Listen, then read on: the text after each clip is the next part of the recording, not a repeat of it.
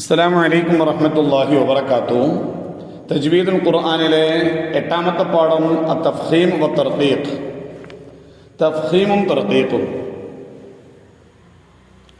എന്താണ് തഫ്ഹീം, എന്താണ് തർഖീഖ്?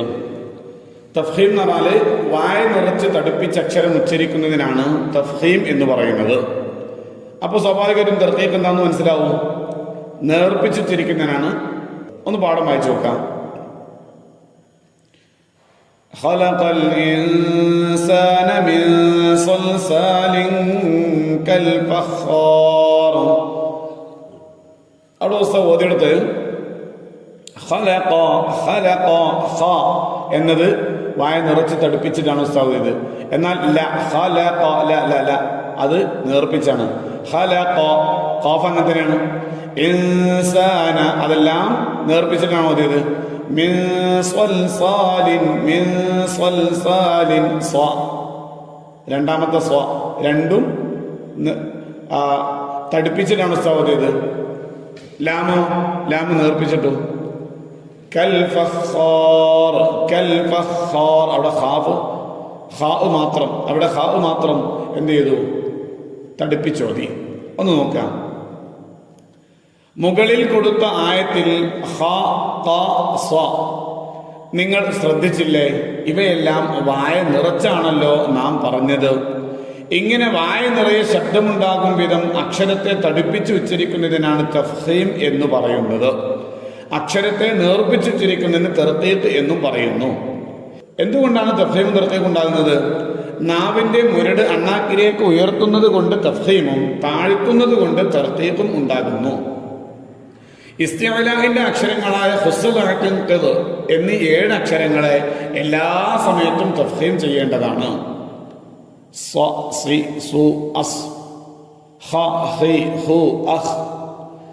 വായ നിറച്ച് തടിപ്പിച്ചക്ഷരമുച്ചാരണമത് തഫ്ഹീം. നേർപ്പിച്ചാണോ അക്ഷരമതിനെ പറയുന്നെങ്കിൽ തർഖീഖ്. ഇങ്ങനെ വായ നിറഞ്ഞാൽ തഫ്ഹീം. ഇങ്ങനെ നേർത്തു പറഞ്ഞാൽ തർഖീഖ്. ഈ പദ്യം പഠിച്ചാൽ തന്നെ ഏകദേശം തഫ്ഹീമും തർഖീഖും മനസ്സിൽ നിൽക്കും. ഈ പാഠത്തിന്റെ തദ്രീബാത്ത് ഒന്ന് പരിശോധിക്കാം. ഒന്ന് നുജീബ് ഉത്തരമെഴുതാം. ഒന്ന് തഫ്ഹീം എന്നാൽ എന്ത്? വായ നിറയെ ശബ്ദമുണ്ടാകും വിധം അക്ഷരത്തെ തടുപ്പിച്ചുച്ചരിക്കുന്നതിനാണ് തഫ്ഹീം എന്ന് പറയുന്നത്. 2 തഫ്ഹീം ഉണ്ടാകുന്നത് എങ്ങനെയാണ്? നാവിന്റെ മുരട് അണ്ണാക്കിലേക്ക് ഉയരുന്നത് കൊണ്ട്. 3 എല്ലാ സമയത്തും തഫ്ഹീം ചെയ്യേണ്ട ഹർഫുകളേവ? ഇസ്തിഅലാന്റെ ഹർഫുകളായ ഹുസ്സുൽ 4 തർഖീഖ് എന്നാൽ എന്ത്? അക്ഷരത്തെ നേർപ്പിച്ചുച്ചരിക്കുന്നതിനാണ് തർഖീഖ് എന്ന് പറയുന്നത്. രണ്ടാമത്തെ വർക്ക് നഖറഉൽ ആയാത്തിൽ ആത്തിയ വ നക്തശിഫു മിൻഹ ഹുറൂഫ് തഫ്ഹീം. ഈ ആയത്തുകൾ ഓതിയിട്ട് തഫ്ഹീമിന്റെ ഹർഫുകൾ അതിൽ നിന്ന് വ്യക്തമാക്കി അവിടെ അണ്ടർലൈൻ ചെയ്തു കൊടുക്കുക. ബിസ്മില്ലാഹിർ റഹ്മാനിർ റഹീം. الحمد لله الذي خلق السماوات والأرض وجعل الظلمات والنور ثم الذين كفروا بربهم يعدلون.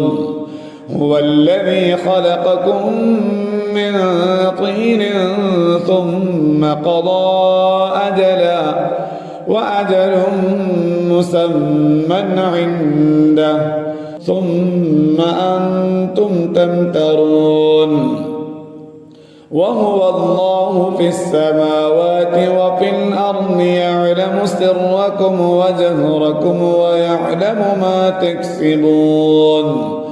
وما تأتيهم من آية من آيات ربهم إلا كانوا عنها معرضين.